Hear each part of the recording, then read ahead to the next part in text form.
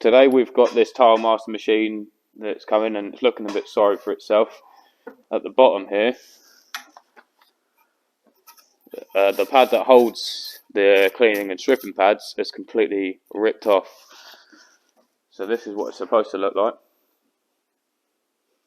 As you can see, all of this black hook is all ripped off, so we're going to replace it today.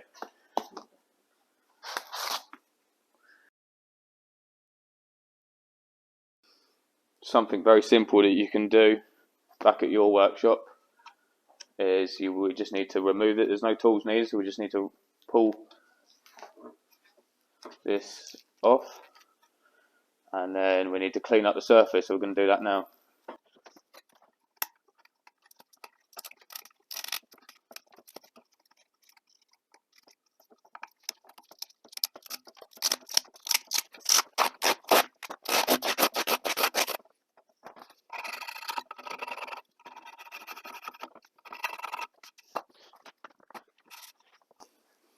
So at the bottom of here you can see that we've got some sort of clear cellophane that's going to go between the pad and the plate.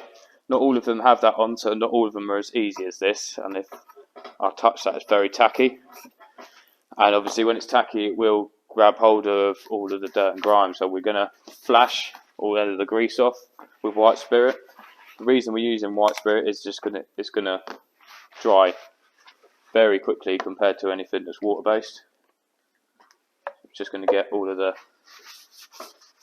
crud off the sides, give us a clean surface to work with.